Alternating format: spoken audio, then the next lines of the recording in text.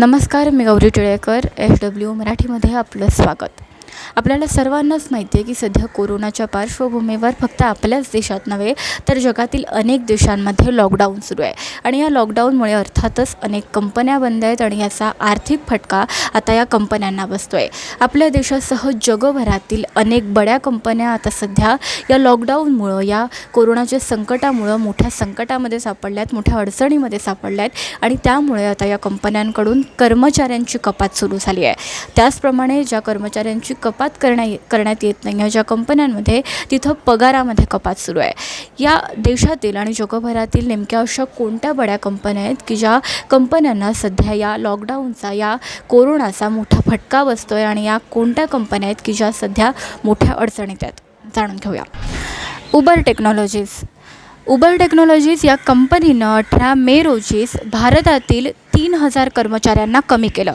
इतकंच नव्हे तर जगभरातील सुमारे आपली 12 कार्यालयं यांनी बंद केली. त्याचप्रमाणे अनेक प्रकल्पही रद्द केले. या महिन्याच्या सुरुवातीलाच उबरने आपले 3700 कर्मचारी जे मनुष्यबळ विकास विभागामध्ये काम करत होते त्यांना डच्चू दिला.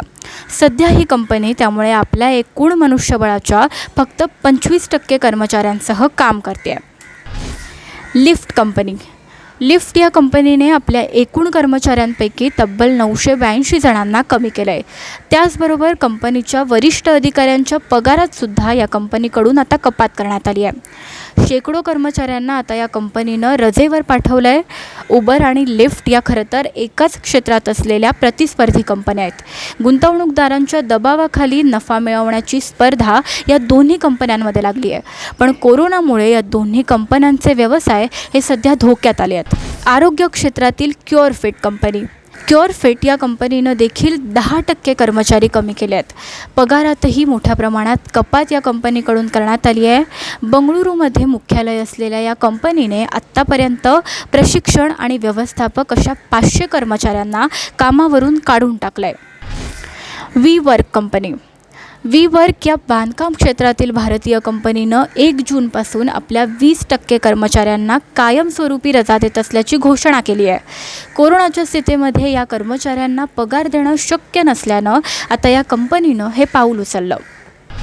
त्यानंतर आता भारतातील प्रसिद्ध अशी online food delivery company Zomato या कंपनीनं 520 कर्मचाऱ्यांना कामावरून काढून टाकलं आहे. लॉकडाऊनमुळं हॉटेल आणि रेस्टॉरंट बंद आहेत आणि त्यामुळे व्यवसाय प्रचंड धोक्यात आहे असं या कंपनीनं म्हटलं आहे. आणि त्याचप्रमाणे झोमॅटोसारखीच ऑनलाईन फूड डिलिव्हरी कंपनी असलेल्या स्विगीनंसुद्धा आता आपल्या 1100 कर्मचाऱ्यांची कपात केली आहे. भारतानंतर आता एकदा जगाकडे लक्ष देऊया.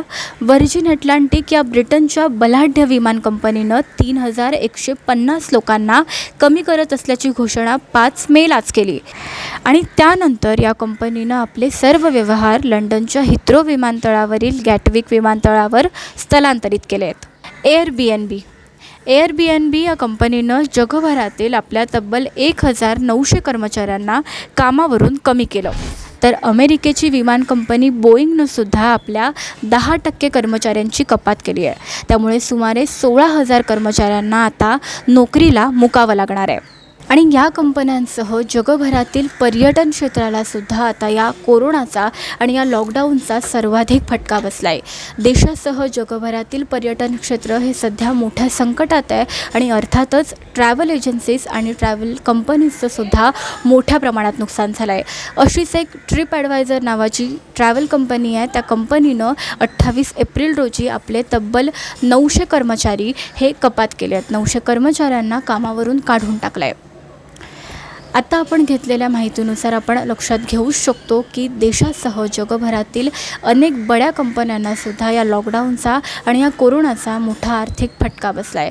आणि त्यामुळे नाईलाजानं आता या कंपन्यांना आपल्या कर्मचाऱ्यांना आणि आपल्या कर्मचाऱ्यांच्या वेतनामध्ये कपात करणं हे अत्यंत आवश्यक होऊन बसलं आहे. दरम्यान कोरोनामुळे येणारं हे आर्थिक संकट लक्षात घेता आता सर्वांनीच यासाठी सज्ज राहणं आणि तयार राहणं हेही तितकंच महत्त्वाचं आहे.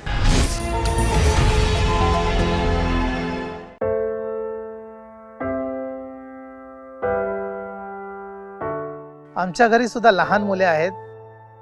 ते आमच्याकडनं प्रेमाची अपेक्षा करतात. आमच्याही आयुष्यात जोडीदार आहे जो आमची ड्युटीवरून घरी येण्याची वाट पाहत असतो.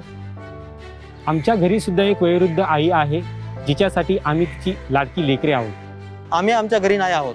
आपल्या सुरक्षेत काही कमी राहू नये याकरता आम्ही आमच्या प्रिय व्यक्तीपासून लांब आहोत.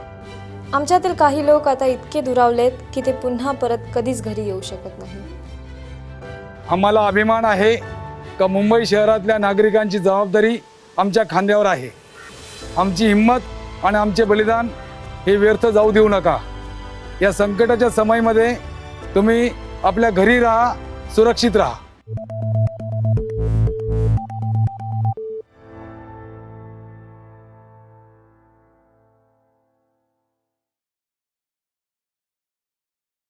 आता सर्वात आधी बातम्या मिळवा आमच्या मोबाईल न्यूज ॲप्लिकेशनच्या सहाय्याने.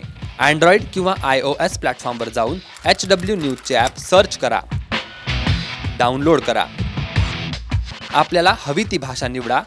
आजच्या बातम्यांच्या गर्दीतून आपल्या कामाची बातमी मिळवा फक्त HW न्यूजवर.